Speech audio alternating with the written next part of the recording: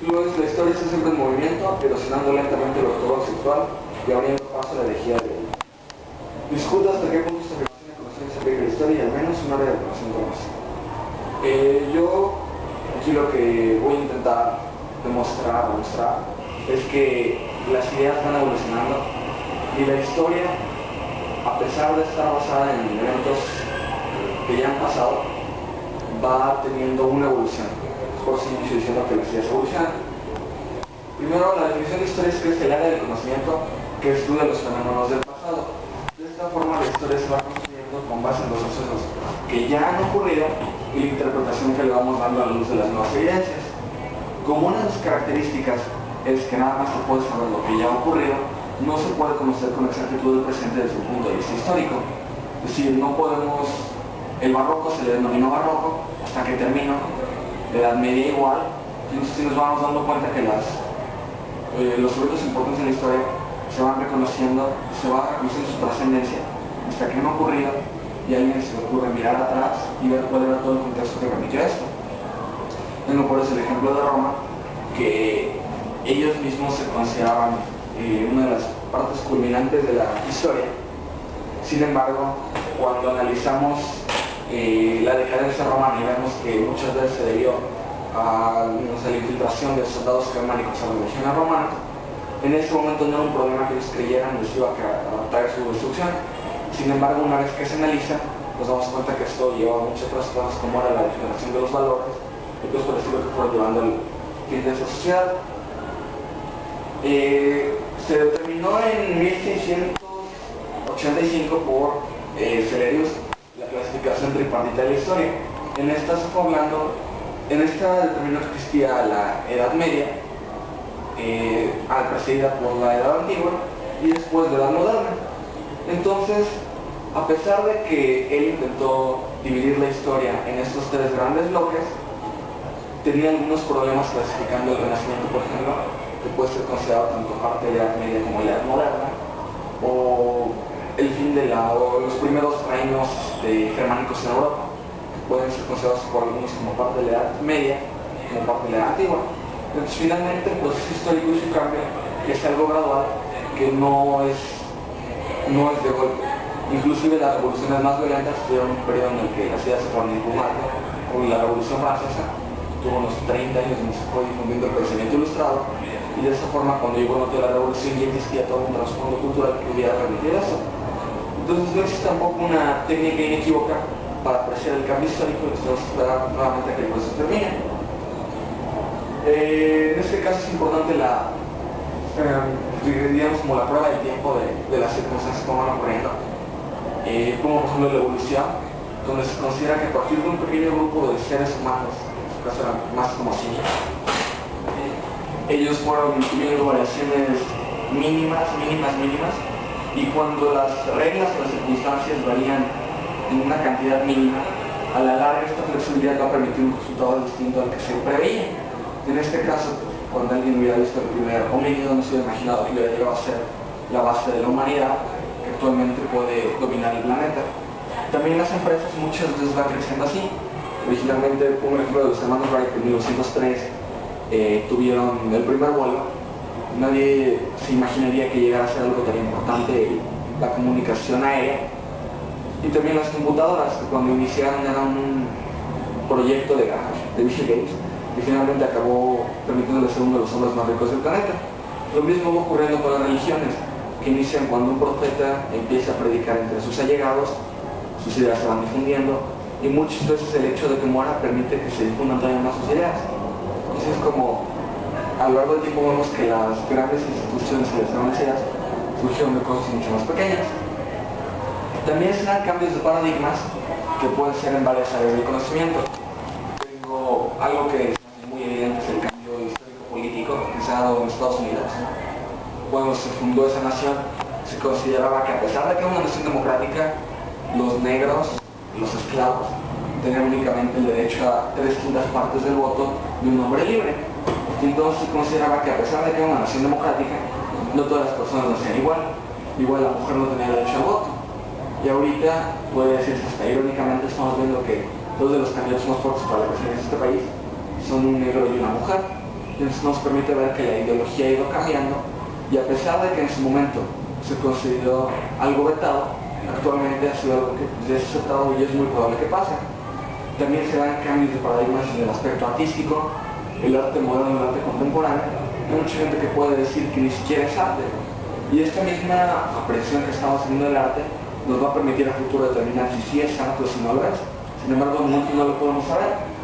En los paradigmas científicos ocurre también muchas veces que cuando se desarrolla una nueva teoría, una nueva idea, las cuestiones del conocimiento anteriores se vuelven, ya no tienen importancia, ya no tienen ningún valor.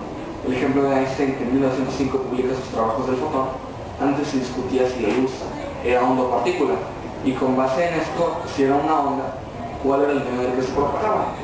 Era una idea común el creer que el mundo estaba lleno de éter y que en este éter se movían todas las ondas. Sin embargo, cuando Einstein postula que la luz tiene naturaleza dual, la cuestión de cómo medir el éter se vuelve intrascendente.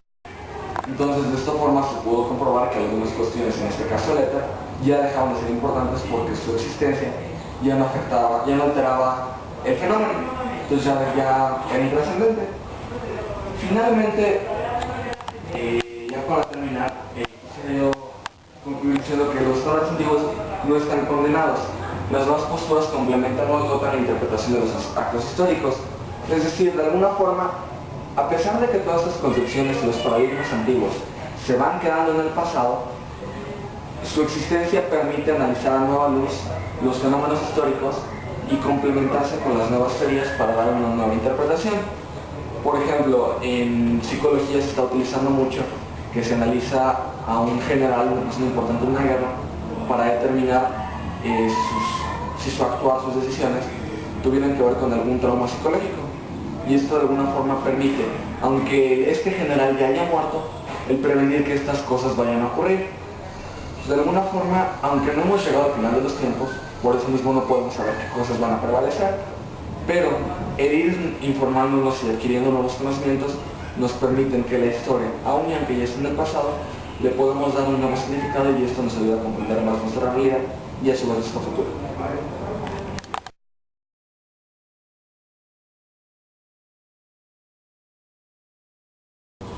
La historia está siempre en movimiento, erosionando lentamente la ortodoxia actual y abriendo paso a la herejía del ayer. Discuta hasta qué punto esta afirmación de conocimiento se aplica a la historia y al menos un área de conocimiento más. Bueno, elegí este tema ya que para mí la historia y la ortodoxia son, podría decirse, temas que todavía tienen varias interrogantes, todavía ahorita en nuestro tiempo moderno. Ya que al no saber una verdad relativamente absoluta, porque pues nada en el mundo es absoluto, no podemos estar 100% seguros de cómo fue exactamente una acción o un tiempo determinado. O sea, una acción en un tiempo determinado. Es decir, ¿cómo sabemos que fueron exactamente las cosas como se nos describen en los libros? O por ejemplo este tema que es la Atlántida, ¿cómo sabemos si realmente existió o si fue un mito? Aquí nada más podemos confiar en lo que, como se pueden llamar los historiadores, son los encargados de narrar o de escribir en los libros cualquier acción importante en la historia humana. Entonces, ¿cómo sabemos si ellos no mintieron, si no cambiaron las cosas a su beneficio?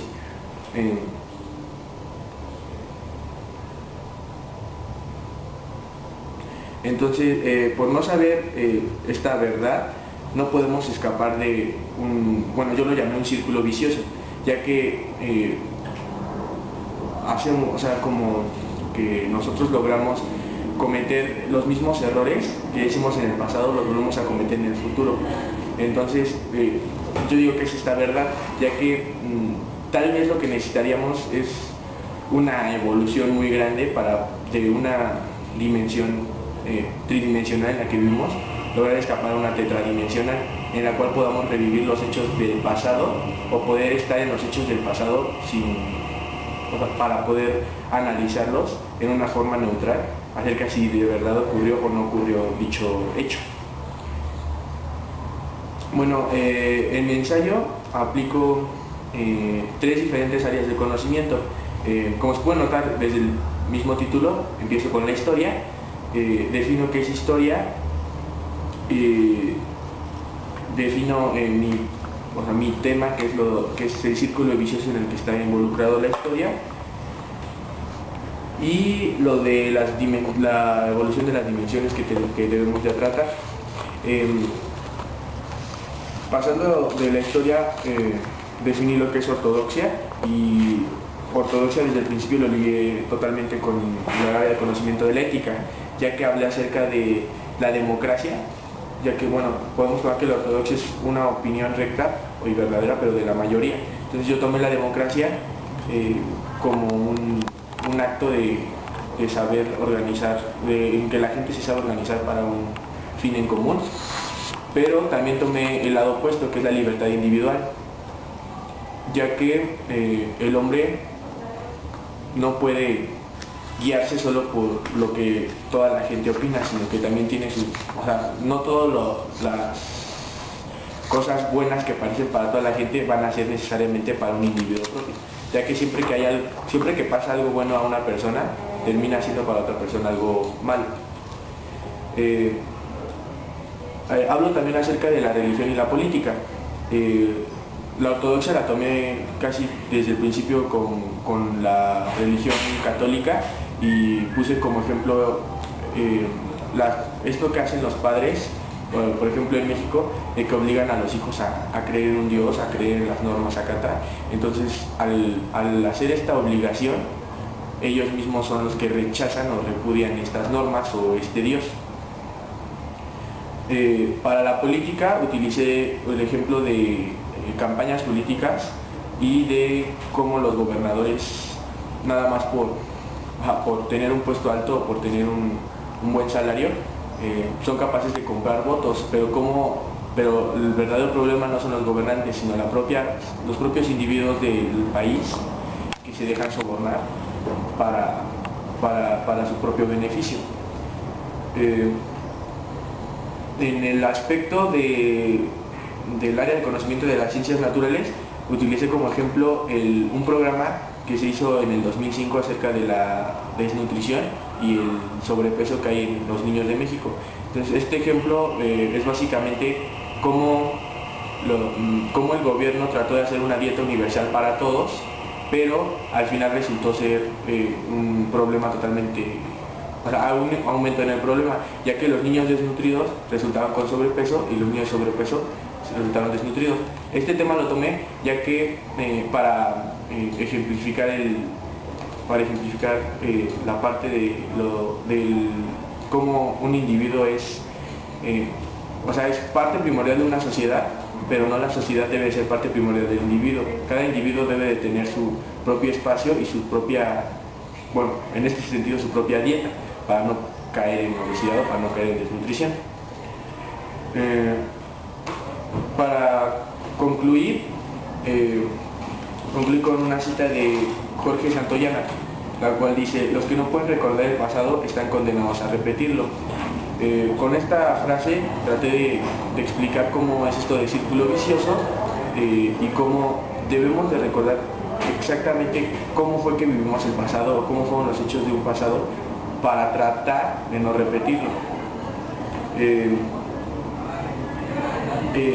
También concluyo que en algunas áreas de conocimiento, como las 3 áreas a tratar que ya anteriormente mencioné, sí hay un gran problema en esto de repetir los errores, pero hay otras áreas, como lo son las matemáticas, en las cuales por medio de la aritmética o de un lenguaje simbólico sabemos cómo solucionar un problema, y día a día cómo evolucionar para solucionar el problema.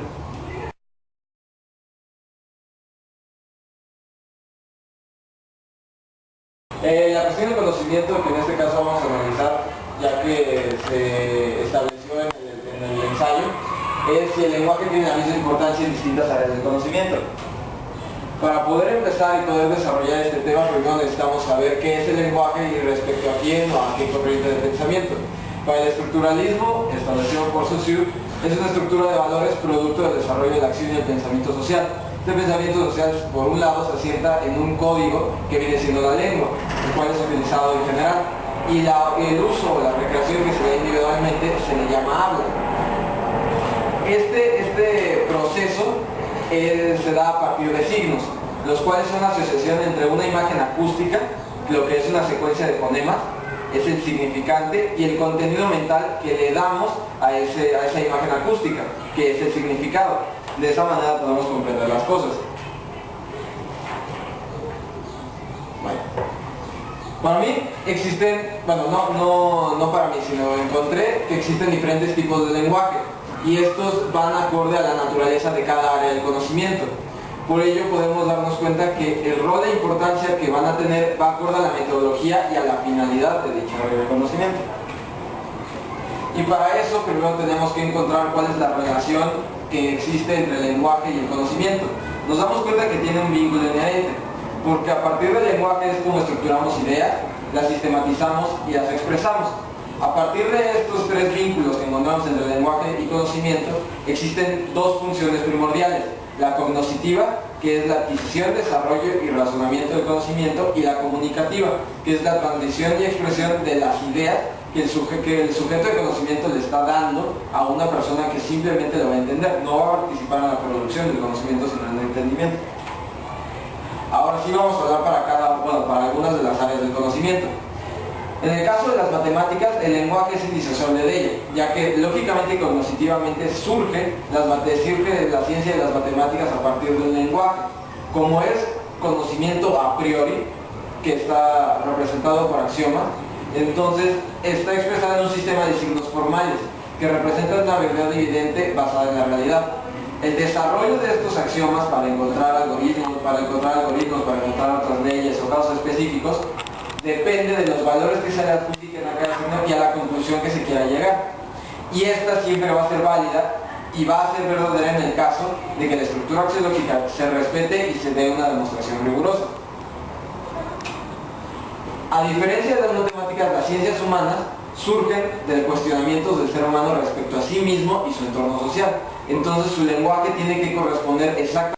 Nos damos cuenta que las ciencias humanas es un proceso complejo de relaciones semánticas. Se necesita un tratamiento del lenguaje apropiado para poder desarrollar sistemáticamente los conceptos. Esto implica que se debe tener un fundamento, un cúmulo de conceptos base para poder desarrollarlo a partir de la complejidad que nosotros como seres humanos presentamos. La aproximación que hace el conocimiento de las ciencias humanas es de manera especulativa o doctrinal, ya sea de la experiencia humana o de una convención que tenemos como verdadera. Y el razonamiento que nos dan de esas dos especulaciones, de esas dos maneras de aproximarnos al conocimiento, al reflexionarlos, nos tienen que dar las respuestas a las preguntas iniciales. Por eso mismo el lenguaje tiene que ir acorde a él, tiene que ser basado en esos conceptos y desarrollados de acuerdo a la complejidad que tiene el ser humano en sus relaciones sociales. En el caso de las ciencias naturales, el lenguaje que se utiliza por lo general es concreto, porque sirve para clasificar, organizar y sistematizar datos que se van haciendo por experiencia o que se clasifican o que se toman en un espacio.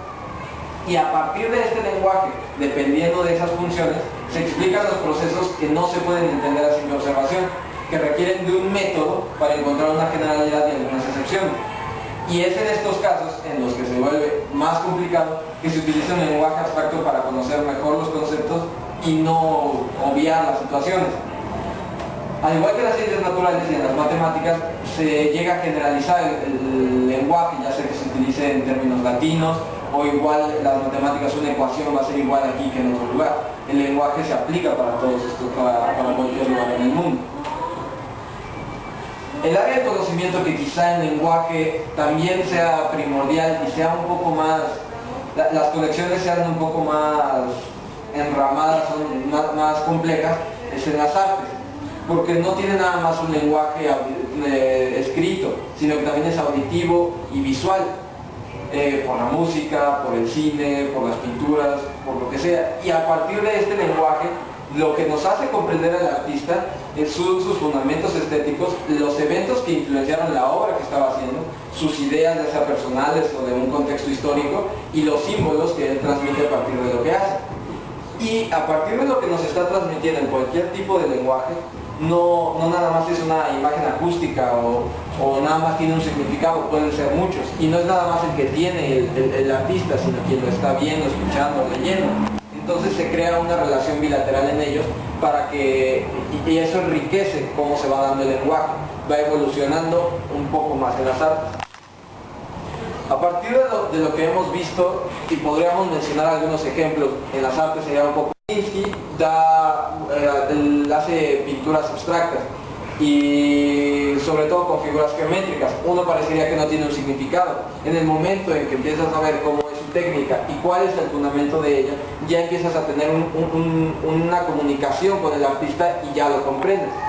En las ciencias naturales es simplemente como lo hacemos en la taxonomía y empezamos a clasificar por algunos nombres, o en las matemáticas cuando obtenemos un algoritmo y lo empezamos a aplicar, a desarrollar para encontrar otras fórmulas o para encontrar una respuesta en específico. Por eso mismo nos damos cuenta que el lenguaje forma parte esencial de toda área de conocimiento, tanto en su estructura como en su finalidad. Y como existen diversos tipos de lenguaje y todas las áreas tienen fundamentos y objetivos distintos, requieren de una metodología diferente, que debe expresarse de acuerdo al lenguaje que le corresponde. Por ello podemos percatarnos de que el papel que juega el lenguaje es distinto. Se utiliza acorde a la construcción conceptual del área del conocimiento, el tema que se está tratando, el caso o cuestionamiento específico que se busca esclarecer, comprender o crear. De esa manera comprendemos cómo el lenguaje tiene importancia en las distintas áreas del conocimiento.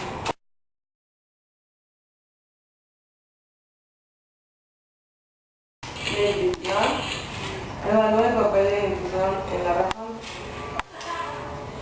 Voy a empezar por definir lo que es intuición, que es la percepción o conocimiento instantáneo de alguna idea, sin usar tanto el razonamiento. Bueno, la intuición genera señales instantáneas o repentinas, de modo que son mensajes del interior. Y bueno, la intuición utiliza distintos niveles para manifestarse y se puede utilizar uno o varios a la vez. Y estos niveles son el físico, el mental, el espiritual y el emocional. Bueno, y la intuición, según dicen los expertos, nos permite acceder a una reserva de conocimiento de lo que no somos conscientes o solo somos conscientes por un momento. Entonces, eso es lo que dicen.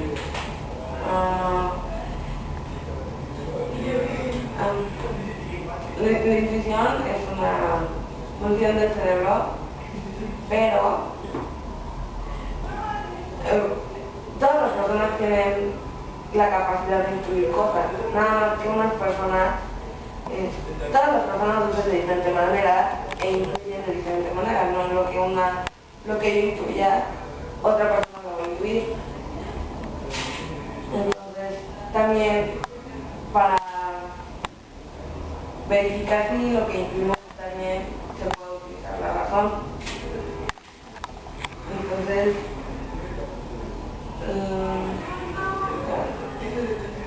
la razón es una facultad intelectual que sirve, que es mediante procesos deductivos y que parten de datos que son proporcionados. Proporcionados por modalidad o por información dada. La razón es una capacidad humana la cual nos facilita resolver problemas que tenemos en la vida diaria, lo que nos hace pensar en la causa del problema, la consecuencia y el efecto del problema. También la razón es importante porque nos ayuda a reflexionar acerca de la información que nos es dada para que así, a la hora de ser reflexionada, esta información se convierta en conocimiento y ya la tengas en tu memoria para un largo plazo. Bueno, la intuición y la razón en otras áreas de conocimiento. El papel de la intuición en la razón es importante en otras áreas de conocimiento, por ejemplo en la historia, para intuir, por ejemplo, con problemas que están pasando en la actualidad, intuir en qué podría pasar la consecuencia de esos problemas. Entonces, como tú intuyes qué es lo que puede pasar, utilizas la razón para verificar si eso puede ser posible o no.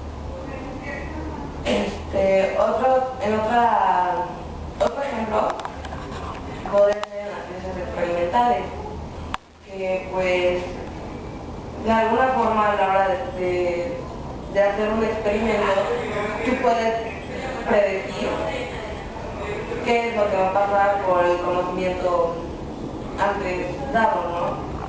Entonces tú predices y a la hora de predecir usando tu razón puedes saber si puede pasar o no, y ya a la hora de concluir el experimento pues analizar todos los resultados y todo lo que pasó a lo largo del experimento. Esos serían como que dos ejemplos de para que no se la razón, la intuición de la razón. Bueno, la justificación de mi forma. En conclusión, la intuición tiene un papel importante en el hombre, porque hay cosas que percibimos no conscientemente y